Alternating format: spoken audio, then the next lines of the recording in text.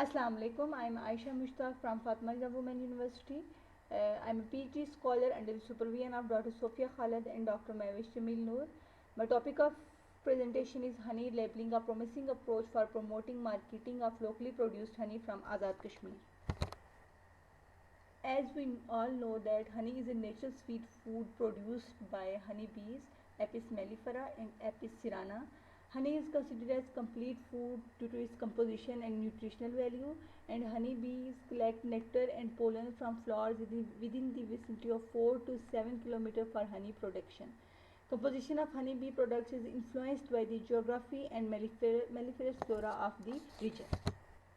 Honey from Pakistan is exported to countries such as China, Saudi Arabia, UAE, Qatar, Kuwait, and Yemen. Compliance with FAO guidelines, Codex Alimentarius, and EU directives for the production, processing, labeling, and marketing of honey is mandatory. Locally produced honeybee products can be marketed internationally with proper labeling. Labeling of honey demands authenticity of honey, which has two aspects: authenticity in respect of honey production and authenticity in respect of description. When we talk about beekeeping in Azad Kashmir, it is highly influenced by diverse flora, from herbs to trees, landscape, from plains to mountains, climate which is very favorable for honey beekeeping, and rural households who are very dedicated to honey beekeeping. Significance of my studies: this data will be helpful in exploring the beekeeping potential of the region. Elemental and physicochemical analysis will help in identifying the gaps in international marketing of honey, and also honey can be used as environmental indicator to assess the pollution in forage area. Objectives are to carry out physicochemical analysis of honey, to conduct elemental profiling of honey. Selected site is Azad Jammu and Kashmir. On the basis of geographical regions, it has the northern mountainous region and southern plain region. State is divided into three divisions: Poonch, Muzaffarabad, and Mirpur. Samples were collected from these divisions. These are the some study sites from where the samples were collected. A total of 43 samples were collected from local beekeepers.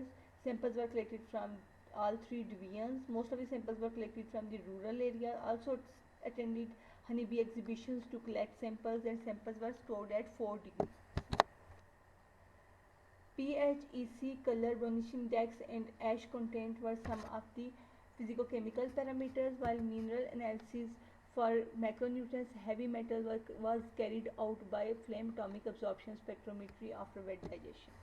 Results showed that pH ranged between 3.75 to 5.13, EC 0.23 to 1.25 millisiemens per centimeter, color was water white to dark amber, and ash content was 0.05 to 1.3%, and manganese content 0.005 to 0.4.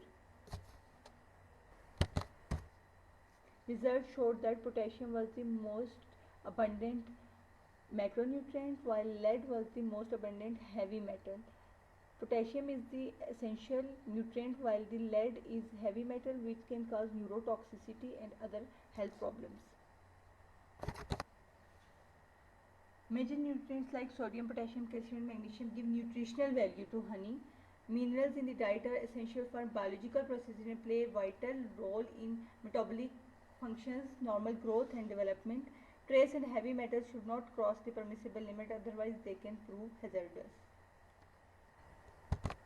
Sources of heavy metals can be natural or anthropogenic, like copper is naturally present in earth crust, while it is also present as copper fungicide in agricultural lands.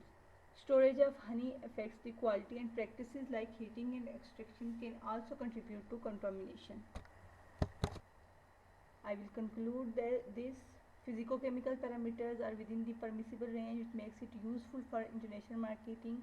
High potassium content in honey is beneficial for health. Level of heavy metals should be within the permissible limits as set by Codex Alimentarius and EU directives. I will recommend potential sources of heavy metal contamination should be identified. Proper labeling will increase income generation for beekeepers, and local farmers should be encouraged to use sustainable, environment-friendly practices. These are the references. Thank you. Thank you.